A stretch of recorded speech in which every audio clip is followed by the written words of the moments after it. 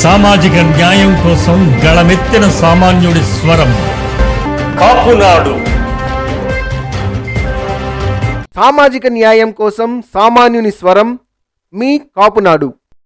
కాపునాడు సమాచార లేఖ letter number 134. వారసత్వం ఒక హక్కా? భారత రాజ్యాంగంలో వారసత్వం అనేది ఒక హక్కుగా పేర్కొనబడింది. భారతదేశంలో ఆర్థిక, సామాజిక, రాజకీయ రంగాల్లో వారసత్వం అనేది లేకపోతే ఎన్నో అవాంతరాలకు దారితీస్తుంది. దానిని ఎవరైనా గుర్తించాల్సిందే.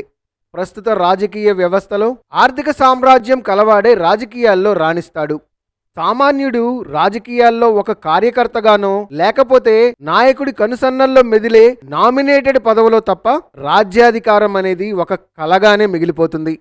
ప్రస్తుత పరిస్థితుల్లో రాజకీయాల్లో వారసత్వం పనికిరాదు అని మాట్లాడడం ఆత్మహత్యా సాదృశ్యంగా మనం భావించవచ్చు. వారసత్వంపై మనం ఒక విశ్లేషణ చేసుకుంటే కడప జిల్లా రాజకీయాల నుంచి మనం చాలా తెలుసుకోవచ్చు. కాంగ్రెస్ పార్టీ నుండి రాజశేఖర్ రెడ్డి పార్లమెంటు సభ్యుడిగా, తమ్ముడు వివేకానందరెడ్డి పులివెందల ఎమ్మెల్యేగా, బావమరిది రవీంద్రారెడ్డి మరొక ఎమ్మెల్యేగా, అక్కడి నుండి బంధువుల పేరు మీద అనేక మందిని రాజకీయ నాయకులుగా తయారు చేశారు.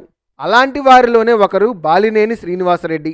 రాజశేఖర్ రెడ్డికి బంధువుగా, జగన్మోహన్ రెడ్డికి సన్నిహితుడిగా తన ఆర్థిక సామ్రాజ్యాన్ని విస్తృతపరుచుకొని తన వారసుణ్ణి ప్రకాశం జిల్లా రాజకీయాల్లో ఒక యువశక్తిగా తీసుకురావాలని ప్రయత్నం చేస్తుండడం ఎవరూ కాదనలేని సత్యం.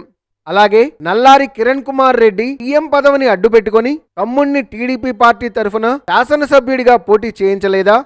ప్రస్తుతం రాష్ట్ర మంత్రివర్గంలో సీనియర్ మంత్రిగా ఉన్న పెద్దిరెడ్డి రామచంద్రారెడ్డి తన కుమారుడు మిథున్ రెడ్డిని బలిజలకు ఆయువు పట్టైన రాజంపేట పార్లమెంటు నియోజకవర్గం నుండి తన ఆర్థిక సామ్రాజ్యాన్ని ఉపయోగించుకొని పార్లమెంటు సభ్యుడిగా గెలిపించుకోలేదా? ఇది వారసత్వం కాదా? అలాగే కడప పార్లమెంటు నియోజకవర్గంలో జగన్మోహన్ రెడ్డి సోదరుడు అవినాష్ రెడ్డి పార్లమెంటు సభ్యుడిగా ఎన్నిక కావడం ఇది వారసత్వం కాదా? మాజీ మంత్రి మైసూరారెడ్డి తనయుడు ప్రస్తుతం శాసనసభ్యుడిగా పనిచేయడం ఇది వారసత్వం కాదా? నిన్నగాక మొన్న నీ రాజకీయ సలహాదారుడు సజ్జల రామకృష్ణారెడ్డి తనయుణ్ణి వైఎస్ఆర్ కాంగ్రెస్ సోషల్ మీడియా విభాగానికి ప్రతినిధిగా నియమించడం ఇది వారసత్వం కాదా? ప్రముఖ ఆధ్యాత్మిక కేంద్రం, బలిజలు అత్యధిక జనాభా కలిగిన తిరుపతి శాసనసభ నియోజకవర్గంలో మరో బంధువు భూమన కరుణాకర్ రెడ్డి శాసనసభ్యుడిగా, వారి తనయుణ్ణి మున్సిపల్ కార్పొరేషన్ వైస్ చైర్మన్ గా, ఇలా రాయలసీమలో ఎటుపక్క చూసిన వారసత్వ రాజకీయాల్ని పెంచి పోషించింది రెడ్డి సామాజిక వర్గం కాదా? సమావేశాల్లో ప్రాస బాగుంటుందని ఇష్టం వచ్చినట్టు మాట్లాడితే అది కార్యాచరణ అవుతుందా? వారసత్వం లేనిదే రాజకీయాలు లేవు. మన దేశంలోనే కాదు, అమెరికా లాంటి పెద్ద దేశంలోనే అధ్యక్ష పదవికి వారసులు ఎన్నిక కాబడలేదా? ఇక బ్రిటన్ రాజకీయాలను శాసించే రాచరికమే ఒక వారసత్వం. తెలుగుదేశం పార్టీలో ఎన్టీ రామారావు వారసులుగా హరికృష్ణ, దగ్గుబాటి వెంకటేశ్వరరావు, నారా చంద్రబాబు నాయుడు, దగ్గుబాటి పురంధరీశ్వరి. హరికృష్ణ వారసుడిగా జూనియర్ ఎన్టీఆర్ని అమిత్ షా పిలిచి మాట్లాడడం వారసుల్ని గుర్తించినట్టు కాదా?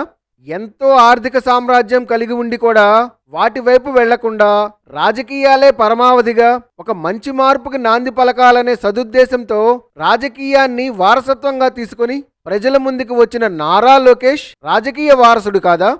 జనం సూర్యుడు, బడుగు బలహీన వర్గాల ఆశాజ్యోతిగా, సామాజిక న్యాయం కోసం తన ప్రాణాల్ని పణంగా పెట్టి అసూలు బాసిన స్వర్గీయ వంగవీటి మోహనరంగా వారసులుగా అతని భార్య రత్నకుమారి, సోదరుడు వంగవీటి శోభనా చలపతిరావు శాసనసభ్యులుగా పనిచేయలేదా? రంగా తనయుడు వంగవీటి రాధ శాసనసభ్యుడిగా, తెలుగుదేశం పార్టీ నాయకుడిగా పనిచేస్తూ రంగా వారసత్వాన్ని పుణికిపుచ్చుకోలేదా? సామాజిక న్యాయం కోసం యానాది కులానికి చెందిన తుపాకుల మునెమ్మను శాసనసభ్యురాలిగా పోటీ చేయించి తన రాజకీయ అరంగేట్రాన్ని ప్రజారాజ్యం ద్వారా ప్రారంభించిన మెగాస్టార్ చిరంజీవి తన బావమరిది అల్లు అరవింద్ని అనకాపల్లి నుండి పార్లమెంటుకి పోటీ చేయించలేదా? ఇది వారసత్వం కాదా? అన్నయ్య అనివార్య పరిస్థితుల్లో వదిలి వెళ్లిన రాజకీయాన్ని వారసత్వంగా తీసుకొని అధికారం కోసం కాకుండా ప్రశ్నించడానికే రాజకీయాలకు వచ్చిన జనసేనాని పవన్ కళ్యాణ్ మరో అన్నయ్య నాగబాబుని నర్సాపురం పార్లమెంటు నుంచి పోటీ చేయించలేదా? 2024లో రాబోయే ఎన్నికలు వారసత్వ రాజకీయాలకు పరాకాష్ఠగా మారబోతున్నాయి.